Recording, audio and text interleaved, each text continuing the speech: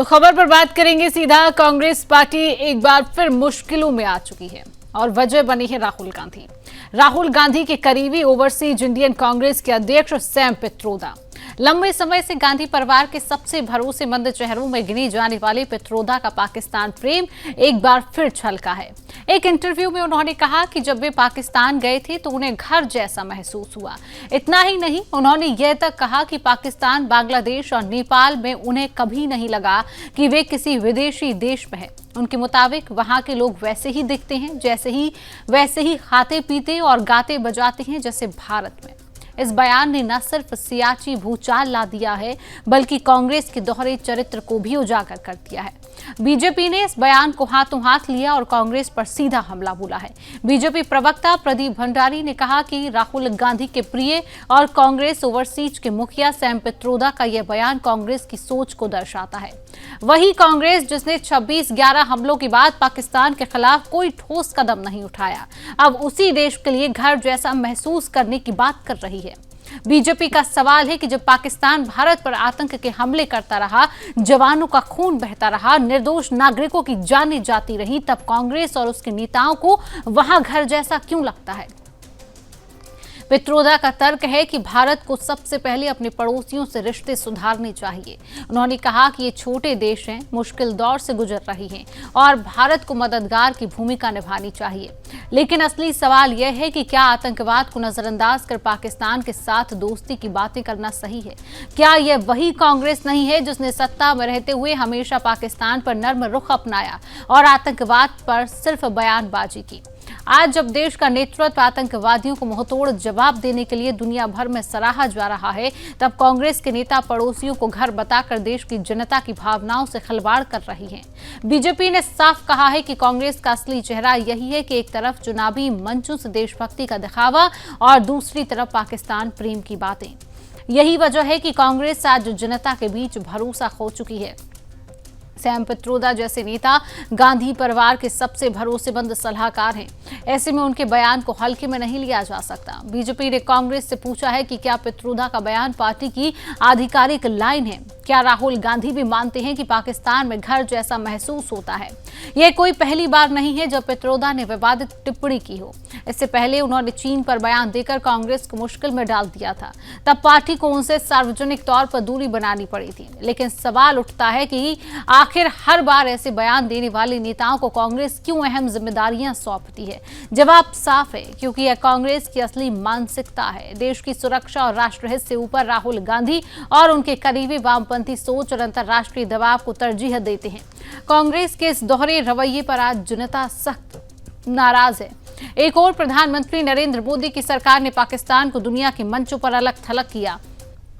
आतंकियों के ठिकाने पर सर्जिकल स्ट्राइक और एयर स्ट्राइक पर कड़ा संदेश दिया। वहीं दूसरी ओर कांग्रेस के वरिष्ठ नेता पाकिस्तान को घर कह रही है। यह साफ हो गया है कि कांग्रेस और उसके नेता कभी भी पाकिस्तान के खिलाफ सख्त रुख नहीं अपना सकते। अंत में यह मामला सिर्फ सैम पित्रोदा के बयान तक सीमित नहीं है। यह कांग्रेस की सोच, उसके चरित्र और उसकी नीतियों का आईना है। जब देश के जवान सीमा पर खड़े होकर बलिदान दे रहे हैं, तब कांग्रेस के नेताओं के मुंह से पाकिस्तान प्रेम छलकना न सिर्फ दुर्भाग्यपूर्ण है, बल्कि शर्मनाक भी है। भारतीय जनता पार्टी ने सही कहा कि कांग्रेस देश के हितों को कमजोर कर रही है। जनता अब यह भली भांति समझ चुकी है कि कांग्रेस का असली चेहरा कैसा है। बाहर से राष्ट्रवाद का चोला, अंदर से पाकिस्तान का प्रेम। और यही वजह है कि कांग्रेस आज जनता का भरोसा खोकर राजनीतिक हाशिए पर पहुंच चुकी है। राहुल के करीबी सैम पित्रोदा का फिर छलका पाकिस्तान प्रेम और बोल रहे हैं कि पाकिस्तान में गया था और मुझे वहां घर जैसा महसूस हुआ।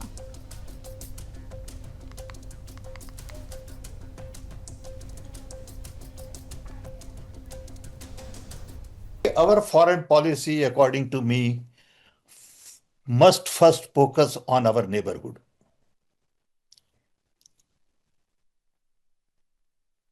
Can we really substantially improve relationship with our neighbors? They are all small. They all need help. They are all going through difficult times, and there is no need to fight. Of course, there is a problem of violence. Of course, there is a problem of terrorism, and all that is there. But at the end of the day, in that neighborhood, there is common gene pool. I've been to Pakistan, and I must tell you, I felt at home. I've been to Bangladesh, I've been to Nepal, and I feel at home. I don't feel like I'm in foreign country. They look like me, they talk like me, they like my songs, they eat my food. Okay. So I must learn to live with them in peace and harmony. That's my first priority. Rahul Gandhi के हालिया बयान जिसमें उन्होंने कहा कि देश के युवा, देश के स्टूडेंट, देश के जेन जी संविधान को बचाएंगे, लोकतंत्र की रक्षा करेंगे और वोट चोरी को रोकेंगे। इस बयान ने राजनीतिक गलियारों में तहलका मचा दिया है। विपक्षी दल बीजेपी ने इस बयान को देश को भड़काने और नुकसान पहुंचाने वाली टिप्पणी करार दिया है। बीजेपी प्रवक्ताओं का आरोप है कि राहुल ऐसे बयान देकर युवाओं को सड़कों पर उतारने और संस्थानों पर दबाव बनाने का संदेश दे रही हैं, जो किसी भी देश के लिए चिंताजनक है। बीजेपी के वरिष्ठ नेताओं ने सोशल मीडिया और मीडिया बयानबाजों में कड़ी प्रतिक्रिया दी है। गिरिराज सिंह ने तंज कसते हुए राहुल को अर्बन नक्सल बनने की साजिश में शामिल बताने की कोशिश की और कहा कि ऐसे शब्द हिंसा और अराजकता को बढ़ावा दे सकते हैं। पार्टी ने सवाल उठाया कि क्या राहुल वही रास्ता सुझा रही हैं जो श्रीलंका, बांग्लादेश और हाल ही में नेपाल में देखने को मिला, जहां बड़े पैमाने पर युवा आंदोलन हिंसक रूप ले गए और देश भर में अशांति फैली। बीजेपी ने यह भी कहा कि लोकतंत्र की रक्षा के नाम पर यदि किसी को भी सड़कों पर हथियारों या उपद्रव के माध्यम से सत्ता बदलने का संदेश दिया गया तो यह संवैधानिक व्यवस्था के लिए खतरनाक होगा। राहुल के समर्थकों का दावा है कि उनका आह्वान शांतिपूर्ण और संवैधानिक तरीके से मतदान की रक्षा करने को प्रेरित करता है, यानी मतदाताओं को जागरूक करना, घर घर जाकर मताधिकार की अहमियत बताना और किसी भी गड़बड़ी की सूचना चुनाव आयोग को देना। पर बीजेपी का तर्क है कि भाषा का चयन बेहद संवेदनशील होता है और बचाएंगी जैसे शब्द कुछ समूहों को उकसा भी सकते हैं।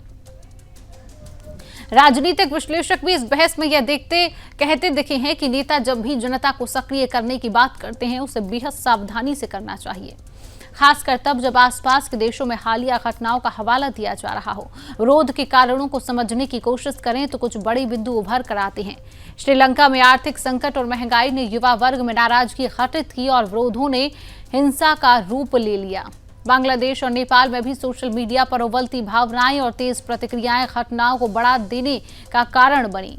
भारतीय सियासत में विरोध की परंपरा पुरानी है, लेकिन यहाँ के लोकतांत्रिक संस्थान, चुनावी प्रक्रिया और निर्वाचन आयोग को विश्व स्तर पर एक मजबूत पहचान भी मिली है।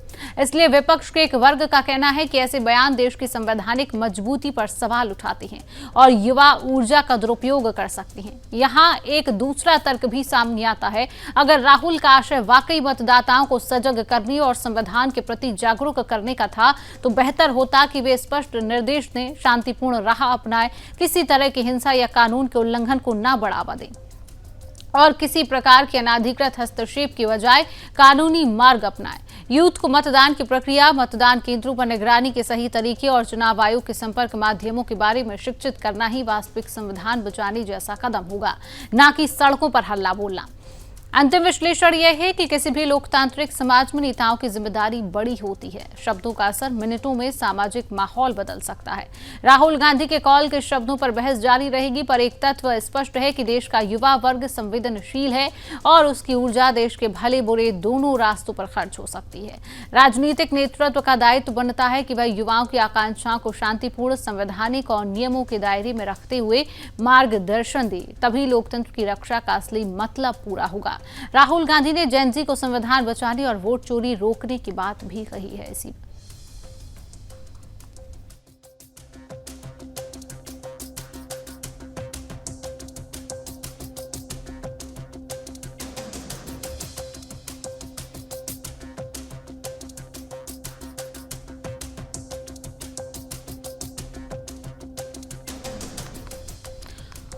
और अब बात करेंगे, भारतीय विदेश मंत्रालय ने शुक्रवार को आयोजित प्रेस कॉन्फ्रेंस में कई अहम अंतर्राष्ट्रीय मुद्दों पर भारत की स्थिति साफ की है। इसमें भारत अमेरिका व्यापार वार्ता, आतंकवाद और पाकिस्तान भारत सऊदी अरब साझेदारी, चाबहार बंदरगाह पर अमेरिकी प्रतिबंध, कतर और यूएई के साथ संबंधों, नेपाल में हालिया राजनीतिक घटनाक्रम और कैलिफोर्निया में हुई गोलीबारी की घटना शामिल रही है। मंत्रालय ने हर मुद्दे पर भारत की सक्रिय, संतुलित और स्पष्ट नीति को रेखांकित किया। विदेश मंत्रालय के प्रवक्ता ने बताया कि 16 सितंबर 2025 को भारत और अमेरिका के बीच व्यापार समझौते को लेकर अहम बैठक हुई। इस बैठक में अमेरिकी प्रतिनिधिमंडल का नेतृत्व यूएस ट्रेड रिप्रेजेंटेटिव के सहायक ब्रेंडन लिंच ने किया। यह बैठक वाणिज्य मंत्रालय में आयोजित हुई, जिसमें दोनों देशों ने व्यापार समझौते को जल्द अंतिम रूप देने पर जोर दिया।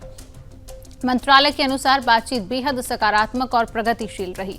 दोनों पक्षों ने इस बात पर सहमति जताई कि समझौते से दोनों देशों के उद्योगों, निवेशकों और उपभोक्ताओं को लाभ होगा।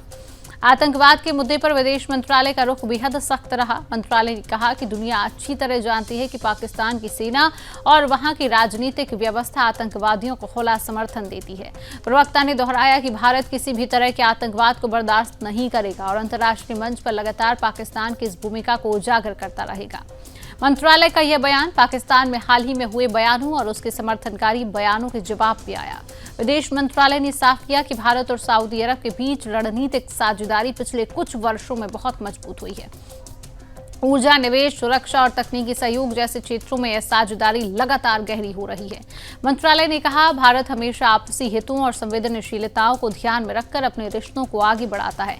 पाकिस्तान और सऊदी अरब के बीच रक्षा समझौतों की खबरों पर मंत्रालय ने स्पष्ट किया कि भारत अपने सहयोगियों से संबंध उनके साझा हितों और पारस्परिक विश्वास के आधार पर ही तय करता है।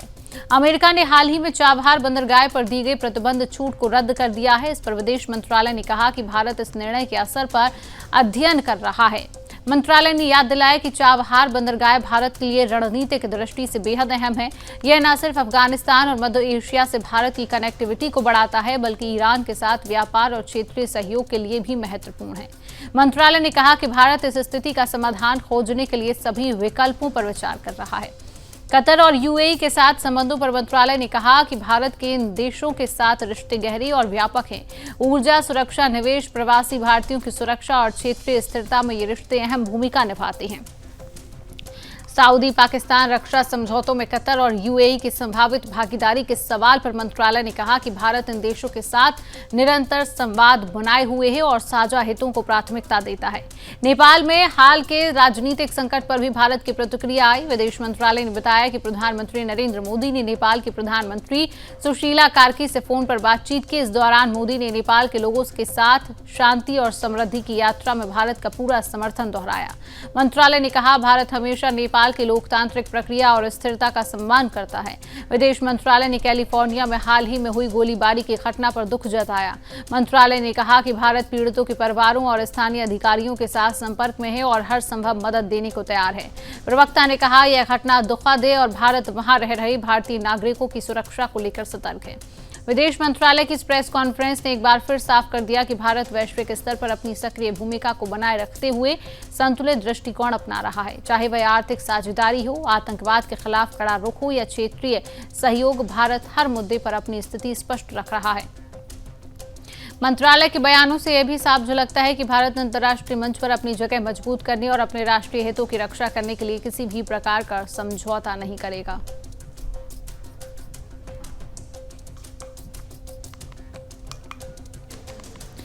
अब बात होगी फ्रांस की। फ्रांस एक बार फिर बड़े पैमाने पर जन आक्रोश की चपेट में है। राष्ट्रपति एमेनुअल मैक्रों की सरकार द्वारा प्रस्तावित बजट कटौती योजना के खिलाफ गुरुवार को देश भर में प्रदर्शन हुए हैं। ट्रेड यूनियनों की हड़ताल की अपील पर लाखों लोग सड़कों पर उतर आए।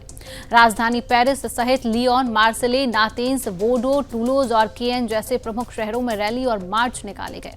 सरकारी आंकड़ों के मुताबिक प्रदर्शनकारियों की संख्या 5 लाख से ज्यादा रही, जबकि यूनियनों का दावा है कि यह संख्या 10 लाख से अधिक थी। विरोध प्रदर्शनों को देखते हुए सरकार ने देश भर में 80,000 से ज्यादा पुलिसकर्मियों की तैनाती की। हालांकि ज्यादातर जगह प्रदर्शन शांतिपूर्ण रहे, लेकिन कुछ स्थानों पर पथराव और तोड़फोड़ की घटनाएं हुई। पुलिस को आंसू गैस का इस्तेमाल करना पड़ा और अब तक 141 से ज्यादा लोगों को गिरफ्तार किया गया। इन प्रदर्शनों की सबसे अलग तस्वीर तब सामने आई जब स्कूली बच्चों ने भी इसमें हिस्सा लिया। बच्चों ने हाईवे जाम कर दिए और हाथों में बैनर लेकर मार्च किया। युवाओं ने कहा कि बजट कटौती सीधे उनके भविष्य पर असर डालेगी, इसलिए वे सड़कों पर उतरने को मजबूर हुए हैं। फ्रांस सरकार ने वर्ष 2026 के लिए करीब $52 अरब की बजट कटौती का प्लान पेश किया है।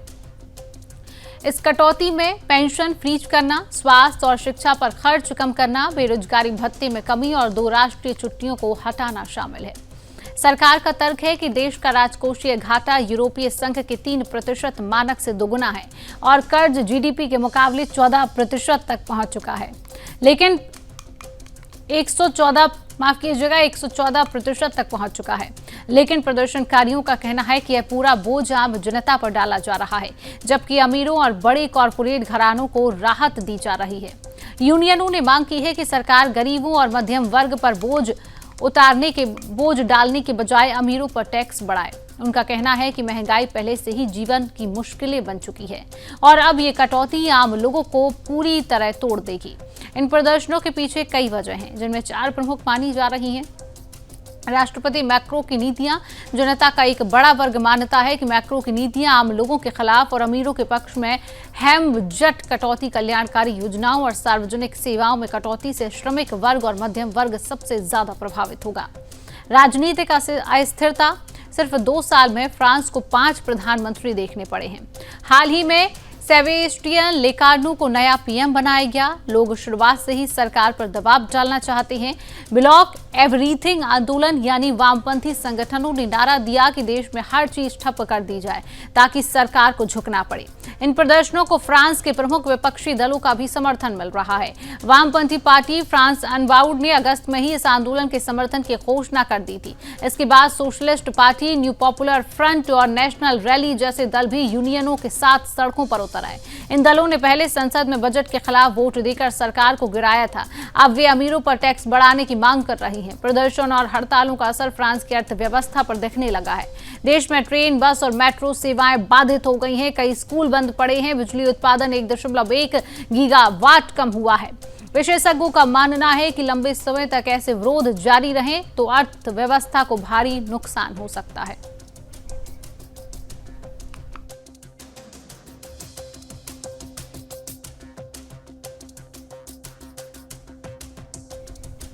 अमेरिकी राष्ट्रपति डोनाल्ड ट्रंप ब्रिटेन दौरे पर हैं और यहां उन्होंने ब्रिटिश प्रधानमंत्री कीर स्टारमर के साथ साझा प्रेस कॉन्फ्रेंस की। इस दौरान ट्रंप ने कहा कि अवैध प्रवासियों को रोकने के लिए सेना का इस्तेमाल करना पड़े तो किया जाए। उन्होंने साफ कहा कि अवैध प्रवासी देश को अंदर से बर्बाद कर रहे हैं। स्टारमर ने अमेरिका यूके रिश्तों को मजबूत बताते हुए कहा कि दोनों देश सबसे अच्छे दोस्त हैं।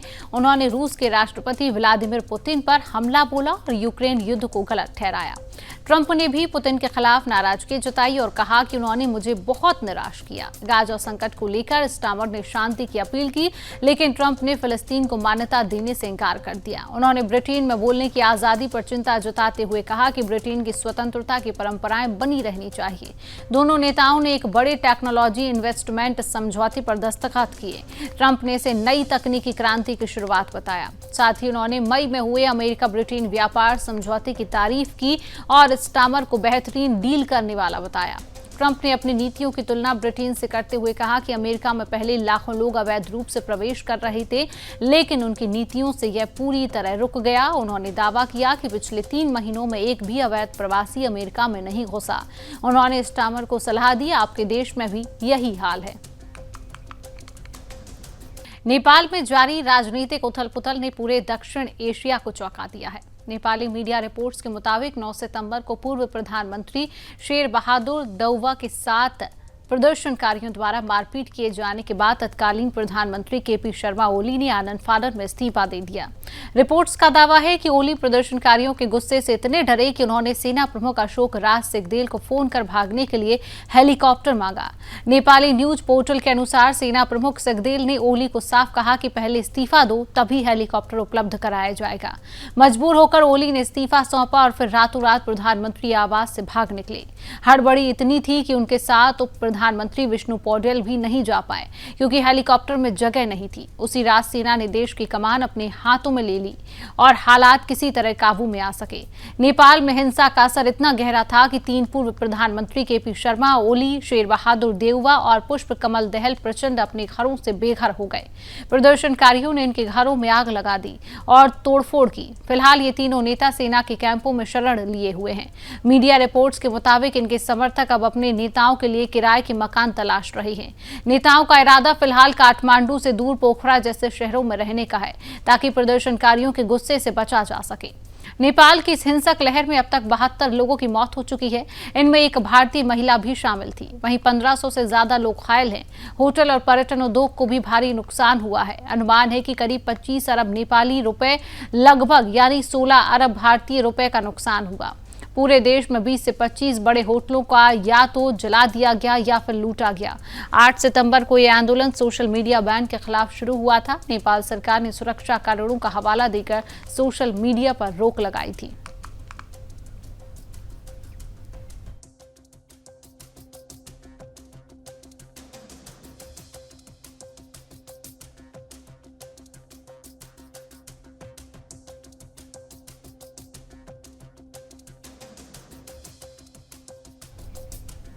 कर्णावती प्लेन क्रैश मामले में पीड़ित परिवारों ने अब अंतर्राष्ट्रीय कानूनी लड़ाई का रास्ता अपनाया है। हादसे में मारे गए 4 यात्रियों के परिवारों ने अमेरिका में विमान बनाने वाली कंपनी बोइंग और उसके पुर्जे बनाने वाली कंपनी हनीवेल के खिलाफ मुकदमा दायर किया। परिवारों का आरोप है कि दोनों कंपनियों की लापरवाही और खतरनाक डिजाइन की वजह से यह भयावह हादसा हुआ, जिसमें सैकड़ों लोगों की जान चली गई। यह मुकदमा टेक्सास स्थित लेनियर लॉ फर्म के जरिए दायर किया गया है। इसमें कहा गया कि विमान में लगे ईंधन स्विच में गंभीर खराबी थी और वही इस हादसे की असली वजह बनी।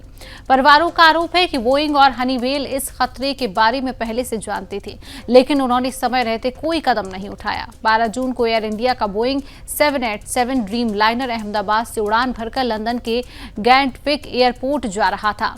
उड़ान भरने के कुछ ही देर बाद यह विमान नियंत्रण खो बैठा और कर्णावती इलाके में एक मेडिकल हॉस्टल की इमारत से टकरा गया।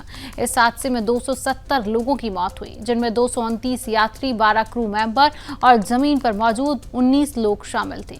मृतकों में 60 विदेशी यात्री भी थे। भारत की विमान दुर्घटना जांच ब्यूरो की शुरुआती रिपोर्ट में कहा गया कि विमान के इंजनों तक अचानक ईंधन की सप्लाई बंद हो गई थी।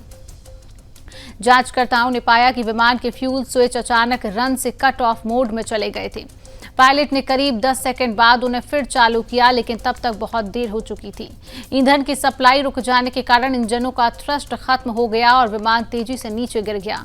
कॉकपिट वॉइस रिकॉर्डर CVR से भी इस बात की पुष्टि हुई। एक पायलट ने दूसरे से पूछा था, क्या तुमने स्विच बंद किया? दूसरे पायलट ने जवाब दिया, नहीं। इसका मतलब था कि बिना इरादे के ही स्विच बदल गया था।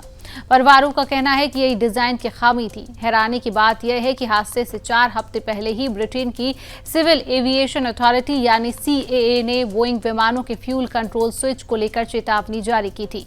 15 मई को जारी अलर्ट में एयरलाइनों से कहा गया था कि वे FAA अमेरिकी फेडरल एविएशन एडमिनिस्ट्रेशन के निर्देशों का पालन करें और fuel shut off valve actuators की रोजाना जांच करें।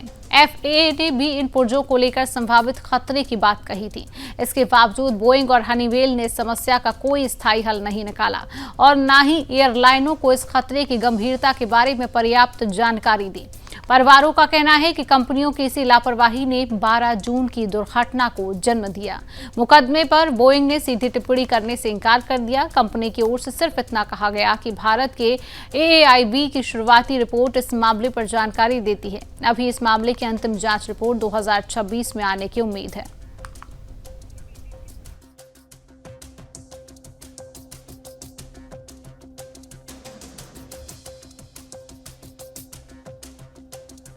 जून को कर्णावती विमान हादसा हुआ था, जहां पर आरोप लगाया गया है परिवारों की तरफ से 270 लोगों की मौत की घटना इसमें सामने आई थी।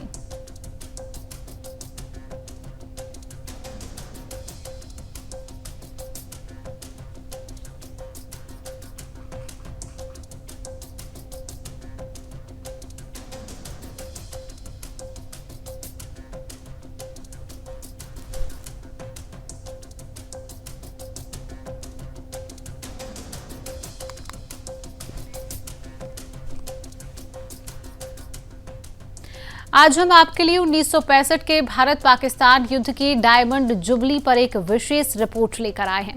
60 साल पहले भारत ने साहस और रणनीति की सबसे बड़ी परीक्षा में विजय हासिल की थी। आज पूरा देश उन वीर सैनिकों को नमन कर रहा है जिनकी शौर्य गाथा ने इतिहास रचा। 19 सितंबर 2025 को रक्षा मंत्री राजनाथ सिंह ने दक्षिण ब्लॉक नई दिल्ली में आयोजित समारोह में युद्ध के दिग्गजों और शहीदों के परिजनों से मुलाकात की। इस अवसर पर उन्होंने 1965 के युद्ध में भारत की जीत को याद करते हुए सैनिकों के शौर्य को सलाम किया। रक्षा मंत्री ने असाल, उत्तार, चावंडा और फिलोरा जैसी निर्णायक लड़ाइयों में दिखाई गई अद्वितीय वीरता का उल्लेख किया। उन्होंने विशेष रूप से परमवीर चक्र विजेता CQMH अब्दुल हमीद को श्रद्धांजलि दी, जिन्होंने अपने साहस से कई दुश्मन टैंकों को ध्वस्त कर प्राणों का बलिदान दिया। राजनाथ सिंह ने कहा, बहादुरी हथियार के आकार से नहीं बल्कि हृदय की ताकत से तय होती है। भारतीय सैनिकों ने कठिन से कठिन परिस्थितियों में असंभव को संभव किया। उन्होंने यह भी कहा कि युद्ध की जीत सिर्फ रणभूमि पर नहीं बल्कि पूरे राष्ट्र की सामूहिक संकल्प शक्ति से मिलती है। तत्कालीन प्रधानमंत्री लाल बहादुर शास्त्री के नेतृत्व और देश की एकजुटता ने 1965 में भारत को निर्णायक विजय दिलाई। आधुनिक चुनौतियों का उल्लेख करते हुए रक्षा मंत्री ने हालिया ऑपरेशन सिंदूर को भारत की अटूट प्रतिबद्धता और साहसी कार्रवाई का प्रतीक बताया। उन्होंने कहा कि संगठित शक्ति और दृढ़ संकल्प के साथ आगे बढ़ना ही भारत की परंपरा बन चुका है। कार्यक्रम में सेना प्रमुख जनरल उपेंद्र द्विवेदी, वरिष्ठ अधिकारी, युद्ध दिग्गज और शहीदों के परिवार मौजूद थे। दिग्गज सैनिकों ने रणभूमि की यादगार कहानियां साझा की। वहीं एक विशेष डॉक्यूमेंट्री में असाल, उत्तार, अखनूर और खे मकरन जैसी लड़ाइयों की वीरता को फिर से जीवंत किया। यह आयोजन सिर्फ अतीत की याद नहीं था बल्कि आने वाली पीढ़ियों के लिए प्रेरणा था कि साहस, त्याग और सेवा ही राष्ट्र की असली धरोहर है। नामबियार साहब को, वेदी जी को मैं सुन रहा था तो मैं तो बहुत ही थ्रिल्ड महसूस कर रहा था। और आप सब लोग जो सामने बैठे हुए हैं, मैं सोच रहा था कि क्या परमात्मा ने आपके अंदर जज्बा दे रखा था कि आपने भारत माता के मस्तक को झुकने नहीं दिया। मैं एक बार शीश झुकाकर आप सभी का अभिनंदन करता हूं।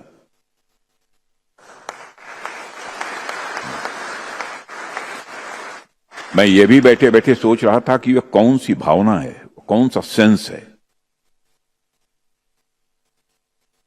जो कि अपना सर्वस्व न्यौछावर कर देने की आपको प्रेरणा देता है, आपको इंस्पिरेशन देता है।